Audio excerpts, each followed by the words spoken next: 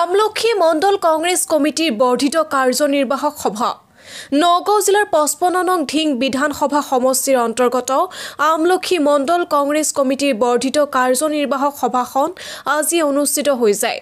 আমলখি মণ্ডল কংগ্ৰেছ কমিটিৰ সভাপতি সমীৰ উদ্দিনৰ সভাপতিত্বত আমলখি বজাৰত বৰ্ধিত কাৰ্যনিৰ্বাহক সভাখন অনুষ্ঠিত হয়। বৰ্ধিত কাৰ্যনিৰ্বাহক সভাখনত বটদ্ৰা ব্লক যুৱ কংগ্ৰেছৰ সভাপতি জহিৰুল ইছলাম উপস্থিত থাকি সাংগঠনিক দিশৰ ওপৰত গুৰুত্বপূৰ্ণ ভাষণ দিয়াৰ লগতে পঞ্চায়ত নিৰ্বাচনৰ বাবে সকলো কৰ্মীক সাজু হ'বলৈ আহ্বান জনায়। ডিং বিধানসভা সমষ্টিৰ অন্তৰ্গত আমাৰ আমলখি গাঁও পঞ্চায়তৰ এখনি বৰ্ধিত কাৰ্যনিৰ্বাহক সভা অনুষ্ঠিত হয়।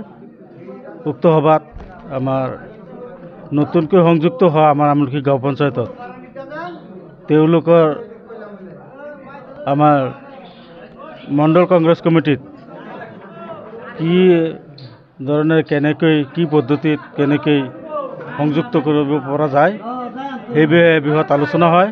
নতুনকৈ সংযুক্ত হোৱা মানুহখিনিক আমাৰ আমলখি গাঁও পঞ্চায়ত কি ধৰণে কি পদ্ধতিত সংযুক্ত কৰিব পৰা যায় সেই বিষয়ত আলোচনা হৈছে।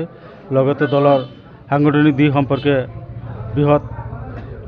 বহুত বক্তাই আমাৰ বৃহৎ মন্তব্য ৰাখে। সেই বিষয়ে আমাৰ ৰাইজ বিশেষকৈ বিৰোধী দল ভাৰতীয় জাতীয় কংগ্ৰেছ দলৰ প্ৰতি কেনেকৈ বিতৃষ্ণা জাগিব পৰা যায় আলোচনা হৈছে। এইখিনি কাৰ্যসূচী এইখিনি আছে সভা নাই। চাওক, কংগ্ৰেছ দুটা ভাগত বিভক্ত হোৱা নাই আৰু আমাৰ ভাৰতীয় জাতীয় কংগ্ৰেছৰ নিয়ম নীতি অনুসাৰে আমি আজি প্ৰায় 20 বছৰ ধৰি কংগ্ৰেছৰ সদস্য হিচাপে কাম কৰি আছোঁ, মণ্ডল কংগ্ৰেছত কাম কৰিছোঁ আৰু আমলখি পঞ্চায়তৰ ৰাইজে মিলি চবেই মোক আগুৱাই আজি বটদ্ৰা ব্লক যুৱ কংগ্ৰেছৰ প্ৰেচিডেণ্ট বনাই ৰাখিছে আৰু দলৰ যিখিনি নিয়ম নীতিৰ মাজেৰে আমি কাম কৰি আছোঁ। দলৰ আমাৰ ভাৰতীয় জাতীয় কংগ্ৰেছ দলৰ এটা নীতি আদৰ্শৰ মাজত চলে।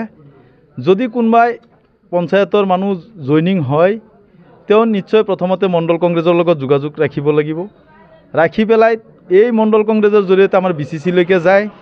BCCলৈকে গ'লে যদি তেওঁ ভাবে যে BCCৰ প্ৰেচিডেণ্টৰ তাত আমি জইনিং কৰিম, মণ্ডলৰ জৰিয়তে যাব লাগিব। আৰু তেওঁলোকে যদি জইন কৰিছে, মই ভাবোঁ আমাৰ মণ্ডল কংগ্ৰেছ কমিটিৰ সভাপতি আপোনালোকে আজি গম পাইছেই বৰ্ধিত কাৰ্যনিৰ্বাহক সভাত আজি কিমান মানুহ উপস্থিত আছে, প্ৰায় 500-700 মানুহ উপস্থিত হৈছে। তো এই মণ্ডলে ইমান কাম কৰাৰ পিছতো এই যদি কয় কোনোবাই যে নতুনকৈ মণ্ডল প্ৰেচিডেণ্টৰ ইয়াত প্ৰয়োজন আছে, মই নাভাবোঁ। মই ব্লক যুৱ কংগ্ৰেছ হিচাপে মই আপোনালোকৰ তাত কওঁ প্ৰত্যেক পঞ্চায়ততে কৰোঁ, সভা সমিতিত যাওঁ, কিন্তু এইটো মোৰ নিজা পঞ্চায়ত, সেইকাৰণে অলপ সহযোগটো ময়ো কৰোঁ। আৰু আমাৰ যুৱকৰ প্ৰেচিডেণ্টো ইয়াত আছে মণ্ডলৰ শাহজাহান আলী। আৰু এইখিনি আমাৰ গোটেই উইনছে আগত আমাৰ প্ৰদ্যুৎ বৰদলৈ ছাৰৰ নিৰ্বাচনৰ পৰা যিমান সক্ৰিয়ভাৱে আমাৰ উপদেষ্টাসকল, আমাৰ মুৰব্বীসকল, আমাৰ ৱৰ্কাৰসকল, এই মণ্ডল কংগ্ৰেছৰ কমিটিয়ে যিমান কষ্ট ত্যাগ কৰি প্ৰায় আমাৰ 70% ভোটদান আমাৰ প্ৰদ্যুৎ বৰদলৈ ছাৰক কৰাইছে। মই আমাৰ আমলখি পঞ্চায়তৰ ৰাইজক প্ৰথমতে কৃতজ্ঞতা জ্ঞাপন কৰিছোঁ। আশা কৰোঁ আগলৈ তেওঁলোকে একত্ৰিতভাৱে কংগ্ৰেছক জয়ী কৰাব। আজিৰ দিনত আমি আমলখি পঞ্চায়তত 10টা ৱাৰ্ডে জিকিম বুলি আমাৰ আশাবাদী। যদি কোনোবা জইনিং কৰিছে তেওঁ আহি আমাৰ মণ্ডলৰ সভাপতি সমীৰ উদ্দিন চাহাবৰ লগত মিলি তেওঁ কাম কৰক, আমাৰ কোনো আপত্তি নাই। এই বিষয়ে আমি একো ক'বলৈ নাই। যদি কোনোবাই জইন কৰাইছে, কিন্তু আমাৰ এজন প্ৰাক্তন শিক্ষক যিজন আমাৰ মুৰব্বী, তেওঁৰ মুখত এটা বাক্য শুনি আমাৰো বেয়া লাগিছে যে কোনে ক'ত জইন কৰে আহি পেলাই যদি সোধে যে আপোনালোক কি আমাৰ দলত জইন কৰিছে, যদি আহক একেলগে কাম কৰোঁ। তেওঁলোকৰ মুখত এটা বাক্য শুনিলোঁ বোলে আমি কংগ্ৰেছত জইনে কৰা নাই, মোক ফাঁকি দি নিছে। এই কথাবিলাক শুনিলে আমাৰ মানুহবিলাকৰ মন দুৰ্বল হৈ যায়। তো সেই সংক্ৰান্তত আমাৰ মণ্ডলো কিন্তু এক্টিভ। চাওক, লগালগ বৰ্ধিত কাৰ্যনিৰ্বাহক সভা অনুষ্ঠিত কৰিলে, ইমান মানুহ সমাগম হ'ল।